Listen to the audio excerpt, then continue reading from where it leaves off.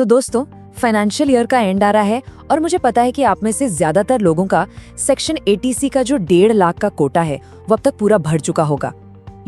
PPF, ELSS, life insurance, बच्चों की school fees, ये सब मिला जुला कर 1.5 लाख की लिमिट कब पूरी हो जाती है पता ही नहीं चलता है ना।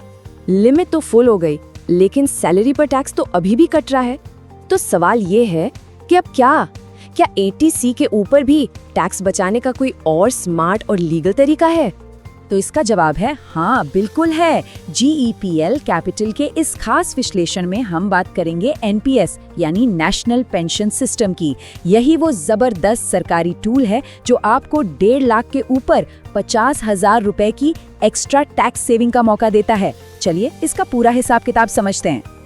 ठीक है, तो सबसे पहले बात करते हैं उस चीज की जिसके लिए हम सब यहाँ हैं, यानी कि टैक्स बचत।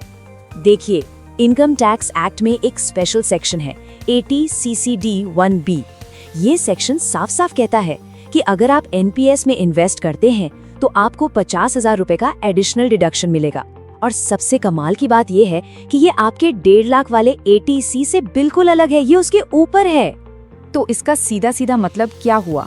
मतलब ये कि अगर आप 30% वाले टैक्स ब्रैकेट में आते हैं तो ये 50,000 का इन्वेस्टमेंट आपकी जेब में सीधे सीधे करीब 15,600 रुपए बचाएगा। ये वो पैसा है जो वरना सरकार को टैक्स में चला जाता। लेकिन रुकिए, NPS सिर्फ एक टैक्स बचाने का टूल नहीं है, ये असल में आपकी रिटायरमेंट के लिए एक जबरदस्त वेल्थ क्रिएशन मशीन भी बन सकता है। चलिए देखते हैं कि इसमें आपका पैसा बढ़ता कैसे है। देखिए, NPS कोई FD या PPF जैसा नहीं है जहां रिटर्न फिक्स्ड हो। ये मार्केट से जुड़ा हुआ है। इसमें आपका पैसा 3 जगहों पर लगता है। पहला है E यानी इक्विटी, जिसे हम शेयर बाजार कहते हैं। दूसरा है C यानी कॉर्पोरेट बॉन्ड्स, मतलब बड़ी बड़ी कंपनियों के बॉन्ड्स। और तीसरा है G यानी गवर्नमेंट सिक्योरिटीज, जो सबसे सेफ माने जाते हैं। और आपके पास चुनने के लिए 2 ऑप्शन होते हैं, एक्टिव चॉइस और ऑटो चॉइस।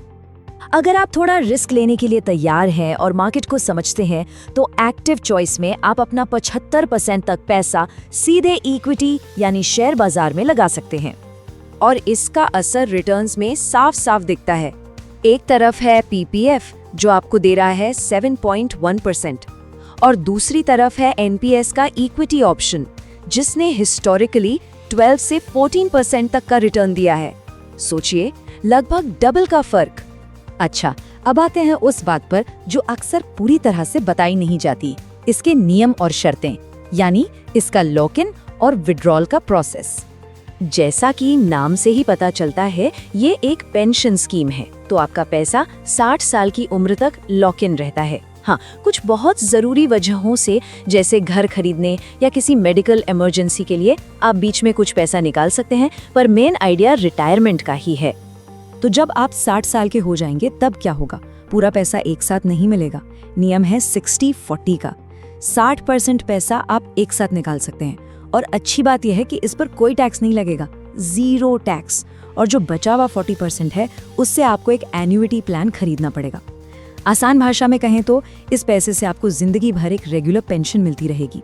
हाँ, ये जो पेंशन मिलेगी वो आपकी इनकम में जुड़ेगी और उस पर टैक्स लगेगा। तो अब सबसे बड़ा सवाल, इन सब बातों को ध्यान में रखते हुए क्या NPS आपके लिए सही है? चलिए एक सिंपल सी चेकलिस्ट देखते हैं। अगर आप 30% टैक्स स्लैब में हैं, आप प्राइवेट सेक्टर में काम करते हैं जहां कोई सरकारी पेंशन नहीं है और आपको लगता है कि बचत करने के लिए थोड़ी जबरदस्ती की जरूरत है, तो फिर सोचना क्या है, ये 50,000 की एक्स्ट्रा टैक्स सेविंग आपके लिए एक नो ब्रेनर डील है। और हाँ, सबसे जरूरी बात, 31 मार्च की डेडलाइन सर पर है। इस फाइनेंशियल ईयर का फायदा उठाने के लिए अब ज्यादा वक्त नहीं बचा है। तो अगर अभी तक इन्वेस्ट नहीं किया है तो अपने टियर 1 अकाउंट यानी आपके मेन पेंशन अकाउंट में आज ही करें। और अगर कोई कंफ्यूजन है, अकाउंट खोलना है या अपना पोर्टफोलियो समझना है, तो GEPL कैपिटल की टीम हमेशा आपकी मदद के लिए तैयार है। अगले विश्लेषण में हम एक और जबरदस्त टॉपिक पर बात करेंगे, हाई डिविडेंड स्टॉक्स। क्या ये तगड़ा मुनाफा देते हैं या फिर ये एक बहुत बड़ा ट्रैप है? जानने के लिए चैनल को सब्सक्राइब करना मत भूलिएगा और इस वीडियो को अपने दोस्तों के साथ भी शेयर कीजिए। तब तक के लिए हैप्पी इन्वेस्टिंग।